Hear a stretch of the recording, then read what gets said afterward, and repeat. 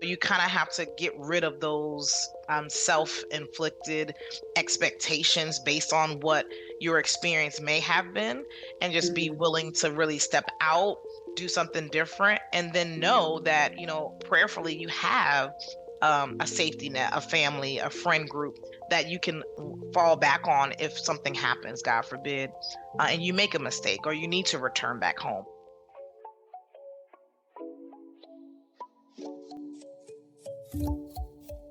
Welcome to Coffee Break, where we invite you to walk on the path of self-discovery with us. I'm Liz, joined by my co-hosts Fatima and Grace. We're three women from different walks of life, united by our passion for purposeful living, authentic connection, and service to others. Welcome to Season 2, where we are thrilled to introduce you to guests we call disruptors, individuals who faced major turning points in their lives and weren't afraid to challenge the systems around them. They remained hopeful in the face of hardship, paved their own paths, and positively inspired others along the way. Our students need to really see and know that college is not the only option. You can thrive in other avenues. It doesn't have to just be college if that's not for you. But then what are those avenues? And how Right. do I get there? And what do I need to do to get there? Today's guest is Dr. Kyra Caldwell Templeton, a powerhouse in education with over 15 years of dedication and passion. From her roots in Connecticut and South Carolina to her journey through Spelman College and beyond, Dr. Kyra has carved out an impressive career. She's not just a disruptor in the classroom, but a fierce advocate for student engagement and community impact. In this episode, she shares her incredible journey from overcoming career hurdles to shaping young minds at Atlanta Public Schools. This conversation is a deep dive into her story, the evolving challenges of education, and the powerful lessons she has gained along the way. Make sure you hit the follow or subscribe button so that you're updated on our latest episodes. Enjoy today's conversation. Today on Season 2 of our podcast, we are super excited with the coffee break because this season we have the pleasure and the honor and the blessing to sit with some people who've made real difference in their lives and the lives of others. So we want you to sit back with a cup of coffee and get ready to meet Dr. Kyra Caldwell Templeton. And my name is Fatima. I'm one of the hosts of Coffee Break, and I'm excited to be here. I have a background in sales and education. I have 5 children. One of the things I love to do is to travel, but most importantly, I really love connecting with people and hearing their stories and just being a little part of being an inspiration to people in the world. My name is Liz. I'm happy to co-host the podcast with Fatima this morning. And my background is in reproductive health education. And so I just have always had a heart for service and believe that that's what connected me and Fatima. And now our guest, Dr. Kyra Caldwell Templeton, and today. So we're excited to hear your story. And thank you so much for joining us this morning. Hello, thank you so much for having me. Happy to be here.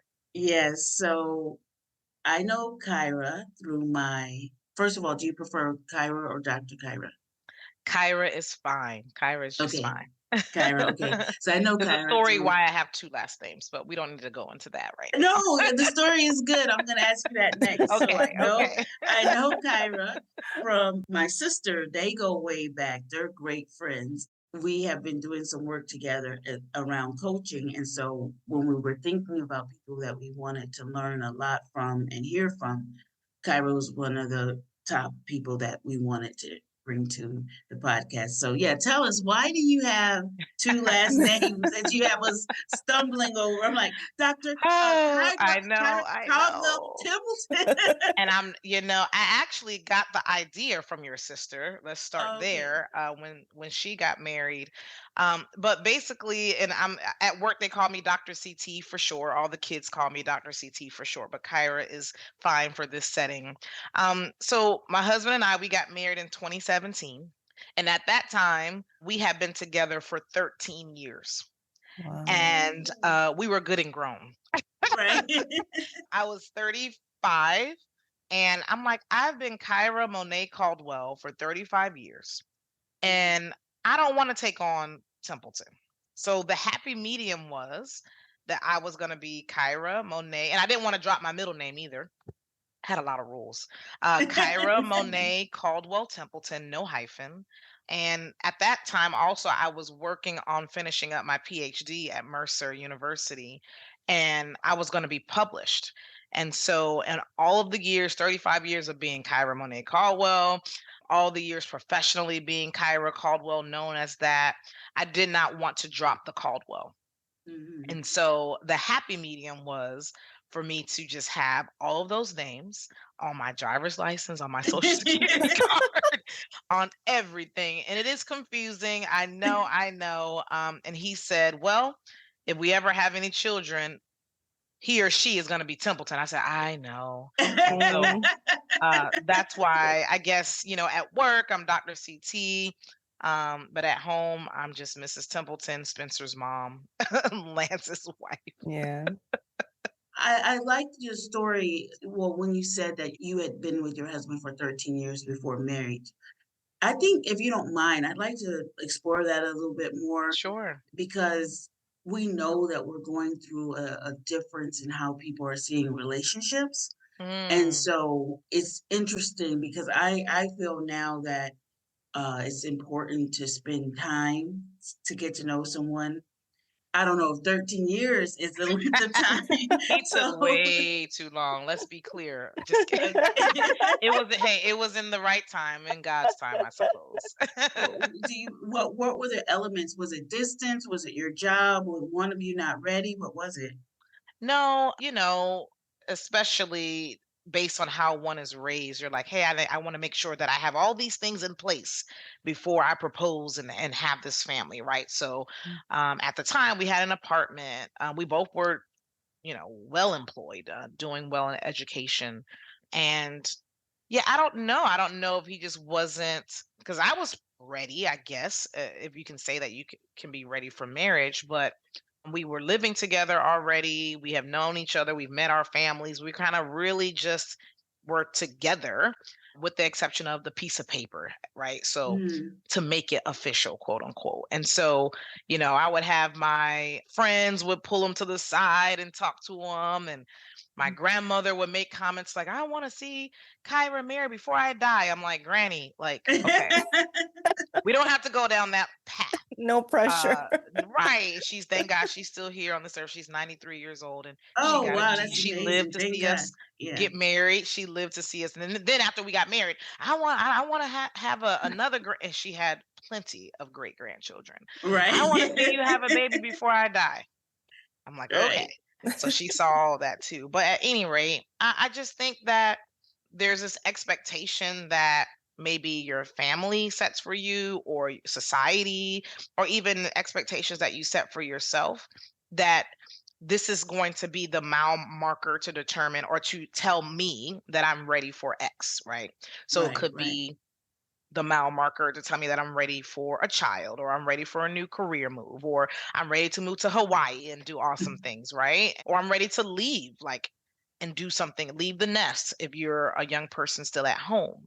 And so, you kind of have to get rid of those self inflicted expectations based on what your experience may have been, and just be Mhm. willing to really step out, do something different, and then know that, prayerfully, you have a safety net, a family, a friend group that you can fall back on if something happens, God forbid, and you make a mistake, or you need to return back home, or that move to Hawaii wasn't exactly what you thought it was going to be. And Mhm. so I think once he got to the point of, what, she's not going anywhere, because I'm like, hey, it's not about us getting married right away to have the big lavish party. It's about, showing that additional commitment, and then also showing that additional safety and security. That's what I felt that I needed, right? And I made a decision for myself to, like, hey, if you're not ready, that's cool, but we don't have to live together anymore. We don't have to continue to Mhm. cohabitate and play like we're married when we're really not. And so I took it upon myself to go and, look for an apartment. I was going to do all these things. And equated me getting my own place as to us breaking up. I'm like, no, we didn't always live together and we were together. So it's Mhm. just something that I felt like I needed to do for myself. And then literally, I paid the deposit for this apartment, and I don't know, a couple of weeks later that he proposed. But little did I know he had already had the ring and was waiting for it to be paid off because he didn't want to Oh. have, Mm, a ring that on my finger that Mhm. he was still paying for. mm. Didn't Mhm. Of course I didn't know. It would happen in the month of June, and he was like, he was gonna wait until the end of June to do it on his birthday, which is June 29th, but he ended up doing it like on Father's Day weekend. So Well, You that's yeah, the you story. mentioned a lot family and family dynamics, so that makes me Yeah. really curious. A lot of times when we come together as couples and, a lot of how we were raised impacts our Oh, absolutely. relationship. So I would love to hear about Kyra as a little girl growing up. I know Yeah, you grew up in Connecticut, and I just did. walk us through those years up until college. And we have that in common. We both went to Yes, Spelman College and Spelman. stay in the same dorm. So Yes, I love that. I love that. Yeah, growing up in Connecticut was awesome. I had, came from a two parent household. I have a twin brother. oh, His name okay. is Corey with a K. He's 4 minutes older than I am. And so, we grew up together. I had a ready-made friend right there, um, growing up. And so we went to Catholic school for 8 years and then transitioned to South Carolina when my mom did an early retirement from New York Telephone at the time. My dad worked for Amtrak, and so working family, solid values. We went to church every Sunday. We rode bikes in our neighborhoods. We had sleepovers, and we didn't grow up around family because most of our family was in the South. My mom was the only one that kind of like flew the nest, so to speak. And we had an aunt and some cousins in Connecticut, probably about 45 minutes from where we lived. So we didn't have that, cousin camaraderie every week, every day, every weekend, but we did look forward to it in the summer. So every summer, we would visit our cousins, our aunts, uncles, grandparents in South Carolina, Orangeburg, South Carolina. Very small town. It's a college town. You have home of two HBCUs. So Claflin University, then it was college, now university, and South Carolina State University. Okay. I didn't know they were there. Okay. So they're All right. both there. It's about 3 hours and some change from Atlanta, straight down 20, a And for boring audience drive. purposes, we assume because they're so illustrious that people know what HBCU is, but Oh, it means yes. historically Black colleges and universities. So they were Yes. founded typically in the 1800s, right out of slavery, to give African Americans an opportunity to have educational experience. And so, okay, go ahead. Sorry. Yeah, no, that's okay. So we would visit, and at the time my aunt lived down a dirt road, and I mean she still had a modern house. When you hear dirt road, you think of like, I don't know, tumbleweeds rolling through the street. Or wells in the backyard, Right. No, it's outhouse. not like that. There's no outhouse or anything. But at the time, her road was not paved, and it was a dirt road. We would ride bikes in that neighborhood and hang out with the kids. And then we were like, okay, we would be going back to Connecticut. At that time, and I think still up north, they go to school after Labor Day. So we would be down south for 2 months, the entire summer, and they would be already in school. We're still there, kind of waiting for them to come home from school, Right. before we either took the Amtrak. Yeah, we took the train all the way from Connecticut to South Carolina, about a 20-hour journey. But it was free because my dad worked for Amtrak. So, and then ever so often, I believe we would take a plane to South Carolina. So, being reared in Connecticut and spending summers in the South, you hear that probably pretty often. I did the And same thing, yeah. yeah, and spending time every Sunday and in church. And we grew up Baptist, so we did the Easter speeches and vacation Bible school and all of those things. And that was because both of my parents, both parents were reared in the South, and so they brought those values, those expectations, wherever they went. coming straight from South Carolina, they did relocate first to New York. Their siblings came with them, and they were like, this city's too big. So the majority of the siblings returned. My mom and her brother remained, and then her brother, he's the last one standing. He is still in New York to this day. So yeah, Yes. we then relocated to South Carolina in 96. My mom did an early retirement. She was like, New York, Connecticut, paying taxes in 2 states. This is too much, too expensive. Cost of living went up in the mid 90s, and we can get a bigger bang for our buck. So she was waiting for me to finish middle school. And actually, I technically never went to middle school. I went to St. Brendan's Elementary School, and it was K through 8. Oh, So okay. once I finished elementary school, but 8th grade, I started high school in South Carolina, and boy, was that a culture shock. Tell Growing up us in about Yeah, that. and growing up in Connecticut, I had friends of different races. My one of my best friends was from her family's from Vietnam. A couple of other my friends were biracial or Hispanic or white, black. We had friends from all different races, and moving to Orangeburg, South Carolina, it was just basically an all black school. Also going to Catholic school, we had uniform, and we had nuns and all of those things. And then going to the South, starting high school at an all black school, you can wear whatever you want, trying to figure out what my style was and how to make friends, and people trying to figure out why I speak the way that I do. I didn't have that Southern accent. I enunciated my words. And so it was tough. And I really disliked high school because of that transition. My initial idea of high school was boarding school or going to another Catholic school. Going to St. Brendan's in New Haven, a lot of my friends went to boarding school afterwards. They went to Sacred Heart Academy, which is an all girls Catholic school. And I thought that that's what was going to happen with me. And so my mom was like, no, you're not staying up here. You coming with me. And Right. so I'm like, all right. And so we went to public school, and that was our first experience. But it was tough. I remember the transition and remember not having a lot of friends, or, figuring out and navigating, being the new girl, and not really having, because my cousins were a little older. They had their own friends, right? That we were still in high school together, but they had their own thing going, and just trying to figure out where I fit in. And so, dealing with self-esteem issues, and, being pretty smart. I was in AP honors, those type of courses.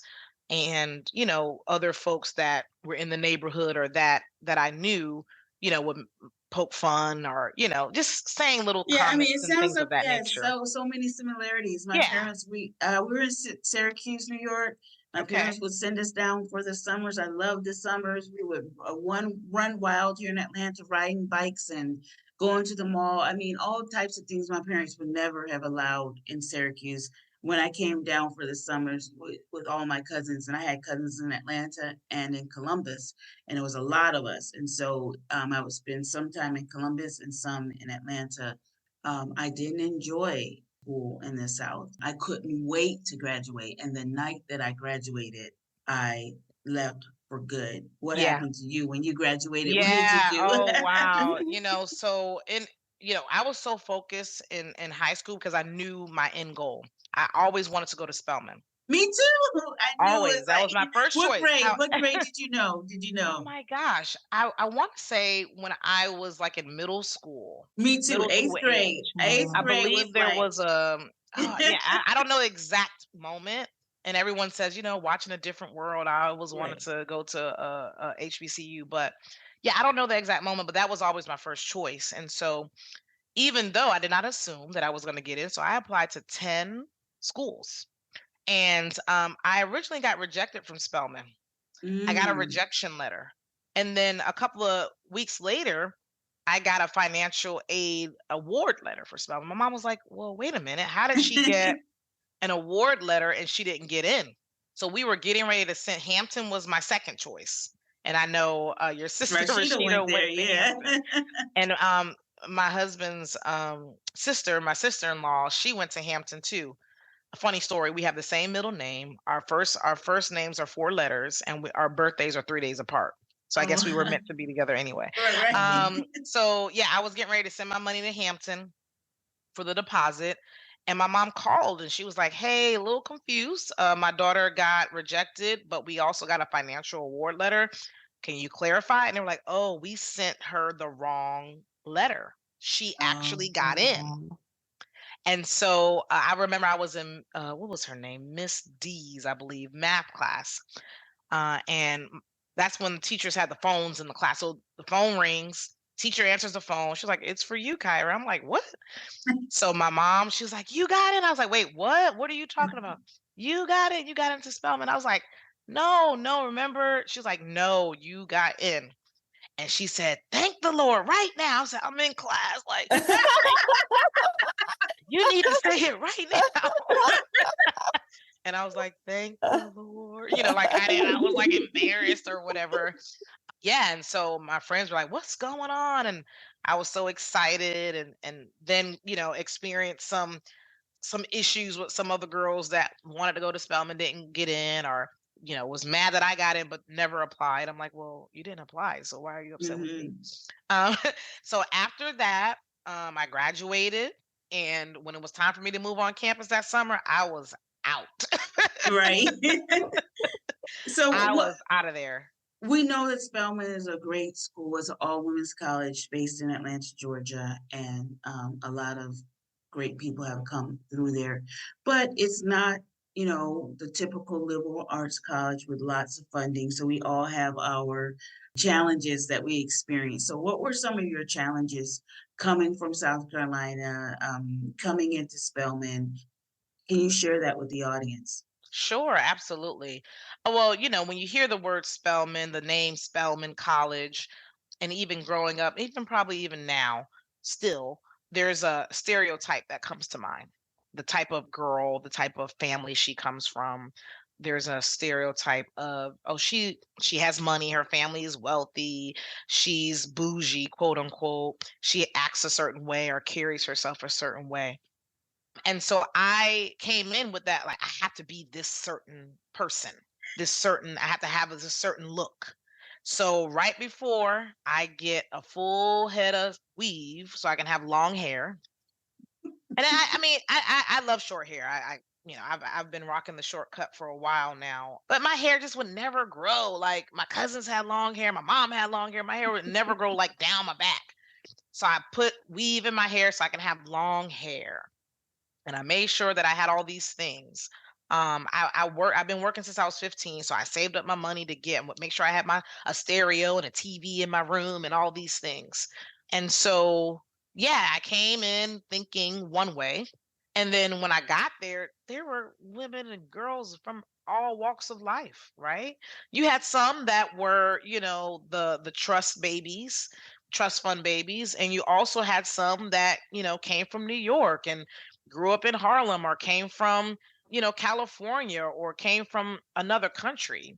And so once I really found myself and my positioning in that space, I really understood and appreciate even more now, like going back to reunion, celebrating 20 years this year of graduating from Spelman, that diversity and differences are to be celebrated. And Mhm. even growing up, I didn't like my first name. I'm like, "Well, no one's name is Kyra." I grew up in the season of everyone's name was Tiffany or Jennifer. Like that was the popular name during that time if you were an 80s baby. And I wanted to change my name. I used to watch Saved by the Bell. And if you all know Saved by the Bell, Lisa Turtle, she was the only black girl on the show. And I'm like, when I get older, I'm gonna change my name to Lisa. And she was like, like this is a very unique name, and so now I love my name and I appreciate my name and celebrate it. But yeah, I just thought of all of these things. I want to be like this person. I want to be like that person, instead of really looking internally and like, hey, all those things that I want to be, I know that I can, or I'm already that person. Yeah, and I think, for me, I wasn't comfortable in my skin either. And so I watched Different World, and for some reason I thought Whitley was the thing to be. And so I worked at, I think it was Macy's right before I started. And I bought all the like skirts that she wore or shorts with jackets. I was kind of like biz cash freshman year or cute little, it barely lasted because I wanted to be Whitley and people always called me Freddie and Lisa Bonet. So I was trying to be Okay. a Whitley, but I was really a Freddie. So Okay. All right.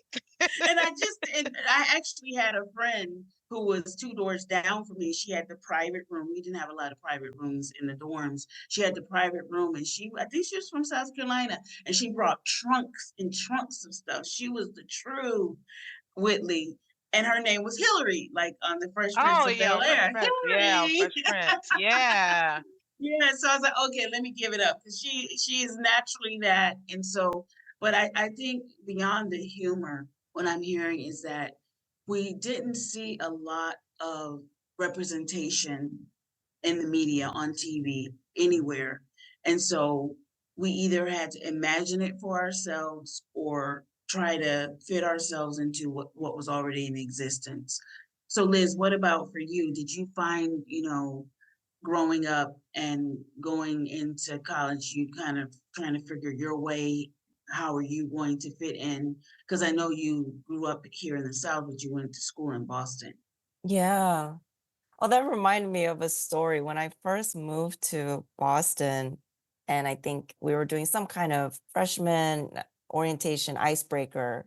We had to say, where we're from. And I said, my name is Liz. I'm from Atlanta, Georgia. And everybody just kind of like, you know, turned their head and like blink a couple times. And somebody said, "You're from Atlanta, but you don't sound like, you don't have a Southern accent. You don't." I mean, they were trying to say it in a nice way, but Yeah. I knew what they meant. And so, we don't all live on the on the farms or outskirts of Right. Georgia, whatever you have seen on the media, maybe. Yeah, I think even in high school growing in the South, I didn't really ever felt like I had a place of belonging either. So I didn't really expect that going into college and beyond. So, and even with if representation, we talk about media. I didn't really see much of myself growing up, so I didn't really know or didn't have any framework or example of, oh, I want to be like this or look like this or be, person. So yeah, I can relate to that kind of like having to find myself along the way and not look to, other people or realizing that there is no framework really. Yeah, for Yeah. sure. Yeah. Yeah. So fast forward, you're graduating from Spelman. Other than trying to like find yourself and going into your young adult years, what do you feel was another challenge for you or something that you felt like you had to overcome? So growing up, I always wanted to be a teacher. I would make Mm. my brother play school. I would make him do homework. I would grade his work. But when I was at Spelman, I majored in English. I didn't major in education, and I could have minored in I majored in education. English too. Okay. Oh my gosh. Wow. Giles Uh Hall, that means we were in. yeah, Yeah. yeah. So we spent a lot of time in Cosby in Giles. Right. Yeah. Yeah. Camille Cosby, that is. Right. That building is Clear that named up. for Camille Cosby. But anyway, so coming out of Spelman, I finished a semester early, but I waited to walk with my class in '04. And I just was like, hey, if I don't have to pay Spelman any more money, I'm going to leave a little early and work. And so while at Spelman, I worked at Macy's, another thing that we have in common, at Lenox Mall. Me too. It was at Lenox Mall. At I Lenox would take the Mall, train. Right. very popular Right. high-end mall in Atlanta, Georgia, for those that don't know. And that's actually where I met my husband at. We both worked at Macy's. Even though Oh he went to wow. Okay. Morehouse, he's a couple of years older than me. And I went to Spelman. I didn't know him when I was in college. So at any rate, just trying to figure out like what was going to be my next move. because I didn't do the traditional route of majoring in education to go like straight into teaching. And so heard a little bit about like Teach for America, but didn't know a lot about it. So I didn't go that route. So I'm like, well, I'm just gonna work full time at Macy's until I figure it out. And at that time, I was applying for grad school. So I applied to like Emory and Georgia State and all these, schools. And I'm a horrible test taker. Horrible. I did horrible on the SATs. I did horrible on the ACTs, and then I had to take the GRE to get Mhm. into grad school. So I didn't get into those schools. And I'm like, well, I need to do something. I need to do something. And so I enrolled at Capella University. I did the online thing. So I did Capella. I got an MED in adult education because I'm like, I want to teach adults. I want to teach college level, not knowing that, I need to keep going for for my education to be considered to be a college professor. And so I thought, hey, I'll get this MED. I'm gonna go teach at a university. That didn't work out. So I was still working at Macy's. And then I'm like, well, I call it a quote unquote big people's job with insurance, right? Because by that time I'm knocking on 22 and my parents going to have to drop me from their health insurance. I went to a job fair and ended up getting hired at Cobb County DFACS. That is where I met your sister Rashida. Oh, that's where you okay, I remember Okay. she worked there, Yeah. So yeah. she worked in adoptions. I worked in foster care. And then I moved to adoptions. And Mhm. so 20 something years old, I'm doing foster care work with the families who fostered children, also children that were in group homes. I was at the juvenile court to make sure cases were handled appropriately, representing Cobb County DFACS, Department of Family and Children Services. And so did that for a couple of years. But for those that know, social work is not very lucrative. So, I'm making maybe 25, $30,000 a year and ran into a barrier because I didn't go the traditional education route to teach and was like, well, how am I going to get into education? At that time, Georgia came out with the GACE, the Georgia Assessment for the Certification of Educators. And so I took that assessment and you can get a provisional certification. So I worked for Cobb County Defects for 2 years. And then I was like, I got to get out of here. Rashida left. I was like, oh, my girl's gone. I got to get out of here. And so she had already had education experience at that time and was able to kind of just transition into an educational entity. And so I took the test, passed it. I wanted to focus on English education, passed that test. During my lunch breaks and like when I was working, driving around Cobb County, seeing my foster families, I would drive by schools, drop off my resume and say, hey, have you had any supply teacher positions or anything? I'm interested. And so one of the schools in Cobb County, I got an interview on the spot and they were going to hire me, but it was a supply. And I'm like, does that come with insurance? Going back to the insurance thing, like, no, supply teachers don't come with insurance, What but is we a can. supply So teacher? a supply teacher is like a long-term sub. So say for instance, a teacher has a baby, they're on maternity leave, you're assigned that class for the duration of the time. So I believe they Okay, had a teacher that was going to be out for the rest of the year and needed, a steady teacher there. And so that's what a supply teacher is. Now they just call them long-term subs or substitute teachers, but yeah. And so I applied to other schools, and right before I was gonna say, maybe I should just try to get my foot in the door and be a supply teacher, Sprayberry High School called, and I remember I was at Cobb County Juvenile Court. My phone rang. I'm like, I think this is Cobb County Schools. I stepped outside, and they asked me to come in for an interview. And I'm like, wow, I don't even know how to prepare for this interview. I went in there and they asked me the typical questions, and they were asking things about curriculum and things that I wasn't as familiar with because I did not have that education degree. And I said, well, whatever I don't know, I'll learn. And she said that statement is what got me hired because I was willing wow. to learn and do whatever it took.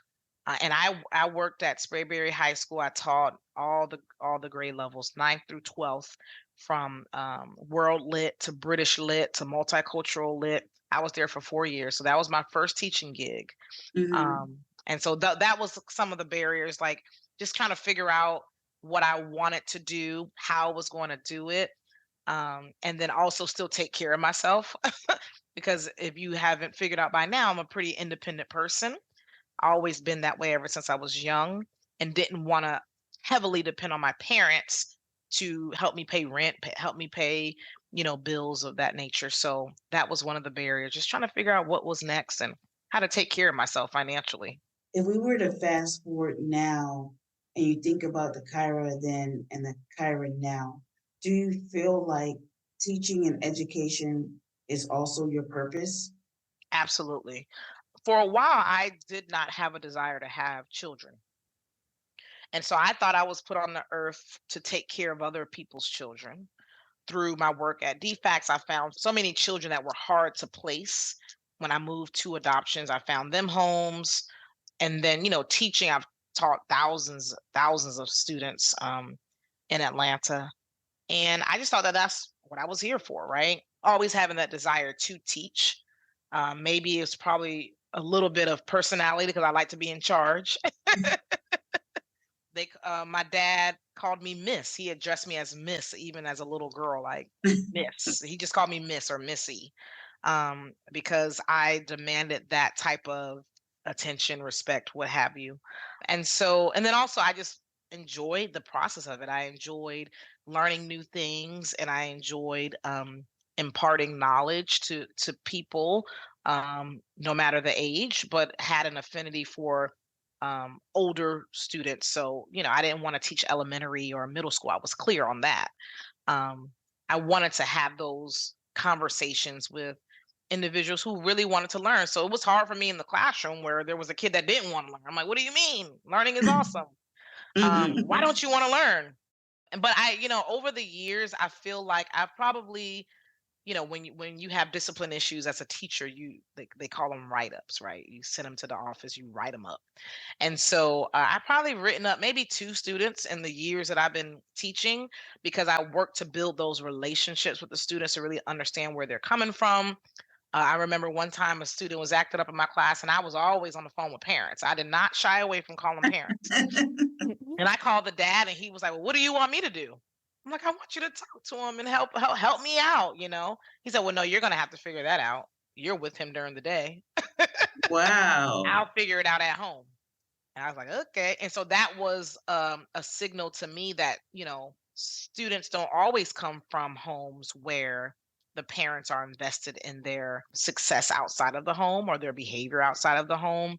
And so I had to figure out how to really build and leverage those relationships with students. That was the topic of my dissertation. It's all about relationships, to really understand like where they're coming from and how I can kind of like peer into their lives to then leverage it for them, for their benefit and mine, right? So I won't have to fuss at them in the classroom, and then also so they can learn something and experience something in my classroom. So a lot of students will always comment like, "We like your class because we get to talk about anything, we get to explore and do different things. We're not just sitting there and you're lecturing to us."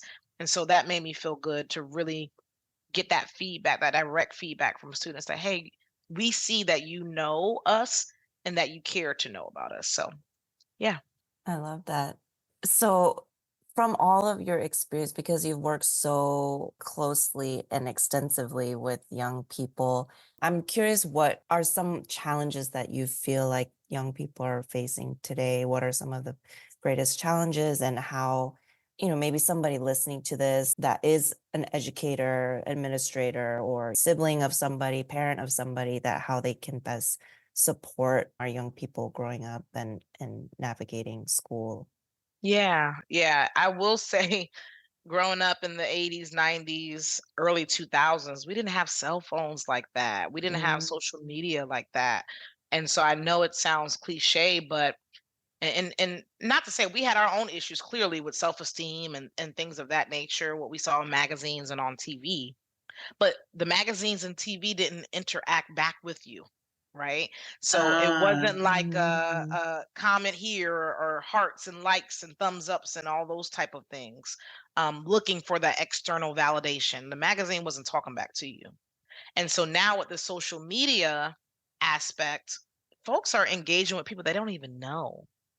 People are making hateful comments to people they don't even know. And so that's one concern, one issue that I think our students, our young people are facing today is that they're looking for validation externally because they may not be getting it from themselves, right? That innate responsibility to yourself, or they may not be getting it in their homes or with their friend groups, etc. And even as an adult, right? I'm on social media. I'm not addicted to it. I wouldn't say that, but I'm on it frequently. Yeah, I find myself going down a rabbit hole. So, and Mhm. I'm a fully developed, almost 42-year-old brain, right? Our young people, their brains are not fully developed yet. They don't know how to discern between what's real. You have so many filters and all these things to make people look a certain way. I'm always I like to watch makeup videos, women doing their makeup or even men doing Mhm. their makeup, and how the before and the after is it's they don't look like the same person. And they literally just put on some paint on their face and they look totally different. So that's always amazing to me. But it's false a lot of times what students see, what our young people see on TV, on social media. It's not real. But to them and their underdeveloped brains, it is real. And that's what they aspire to be. I want to look like this. I want to do this. I see the world this way. And also, a lot of times, perspectives are developed through this false lens. And so a lot of times they may develop a perspective about something or someone or even about themselves that too is false. So I think that's one issue because they don't have that resilience. They don't have those coping skills, those mechanisms to really discern between the two. Like that's cool. Like it's entertainment for sure. I mean, I love me great trash TV. I guess if that's even a thing, right? I watch those type of things just because sometimes I want to be mindless and just, veg out on something. But I know the difference between reality and what these people are making you feel like you should be, do, look like, feel like, sound like. And so I think that's one of the key issues that our young people are facing today. So social media, so that's that world. What about within the schools? Yeah, As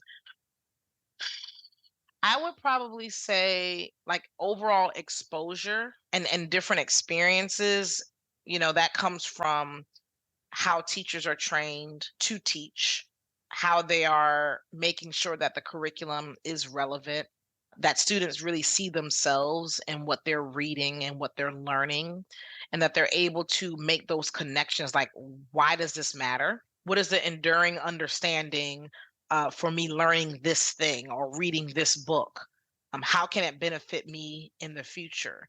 And so I see now a lot of school districts are moving to developing their career pathways to really mm, expose students into these different fields, let them peer into it like, hey, you can do this, but this is what you need to do to get here.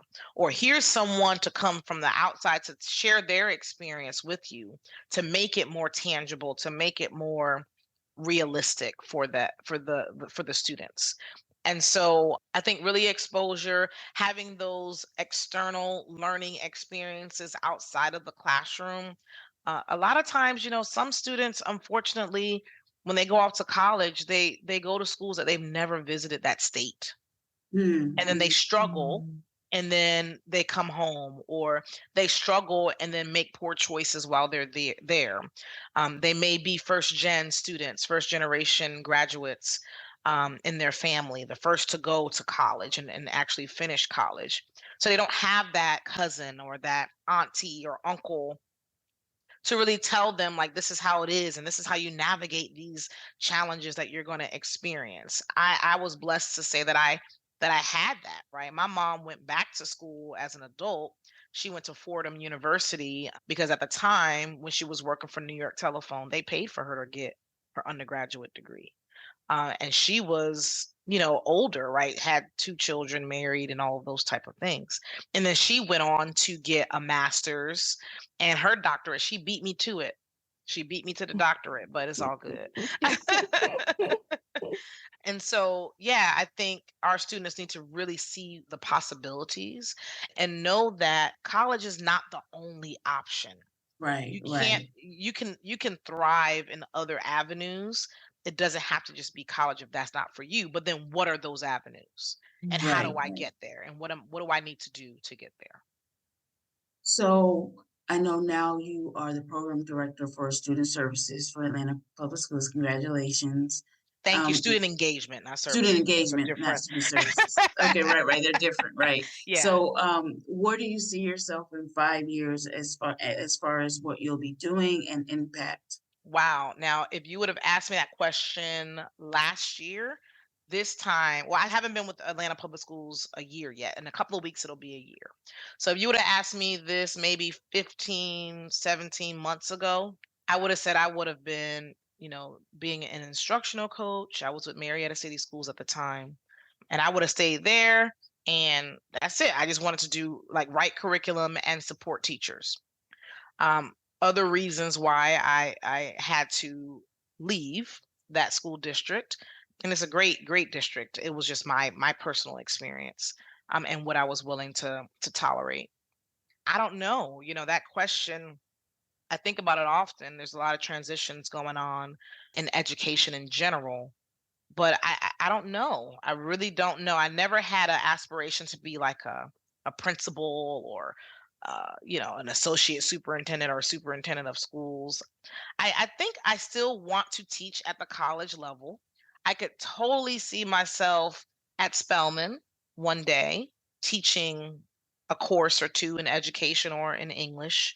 Maybe not dean or anything like that, but I can totally see myself returning to Spelman doing something maybe with alumni affairs or something like that. So maybe not 5 years, but I have 12 more years to work, so I can be at 30 years in education in the Metro Atlanta area. Maybe, once I retire, I can see myself going back to Spelman. We want to give the audience a chance to get to know you by asking some like quick questions, like what do you drink Okay. coffee, and if so, what's your favorite? Nope, I'm a tea girl. I A do tea green girl tea or mint tea. Not a coffee drinker. My husband is, my mom is, everybody I feel mm, like I know drinks coffee, is except Rashida for me. doesn't. My Rashida, sister she doesn't does drink it. not. She Right, does right, not. She's a tea drinker right. as well. So yeah, tea. Okay, and what was the last trip that you went on that you really enjoyed? Oh, I went to Dominican Republic in April with my line sisters. We celebrated our sweet 16. So Okay. 16 years as a member of Delta Sigma Theta Sorority Incorporated. So that was awesome. And actually, I just got back from Omaha, Nebraska. Doesn't sound very sexy, but I enjoyed it because I went to the Gallup at Work conference. And if you're familiar with Gallup and the Strengths Finder is talking about Right. what people do, like focusing on what people do well instead of what they do wrong. So their strengths. And so I just became certified as a strengths coach for Oh, wow, Gallup. congratulations. I Thank love that Strengths you. Finder. Thank you. Yeah. Yeah. So learning more about my strengths and also supporting people and how to leverage their strengths. That was a really awesome trip. And got a chance to learn more about my colleagues. So that was really cool. And then one final quick question. What's your favorite book or the most interesting book you've read recently? Huh. Well, okay, that's twofold.